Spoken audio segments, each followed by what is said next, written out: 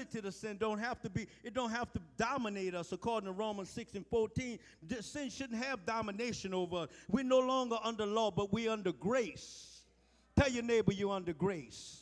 See, it's by the grace of God. Let me see what I can help you understand with grace. There's a grace period. Even a grace period get cut off. Romans 6:1-2 says, shall we continue in sin that grace shall abide? Second verse say, God forbid. Let me help you with what that means. That means God give you a window to get right. He give you some time to get it straight. When you under grace, well, maybe some of y'all done had a light bill due. You passed the due date. They give you what is called a grace period. Amen. They might give you 10 extra days. They're going to charge you extra, but they're going to give you some grace time. And if you exceed that grace time, you can come home, click your light all you want. Grace been cut off. Y'all feeling where I'm coming from? So I'm going to help you understand the cause of the brokenness.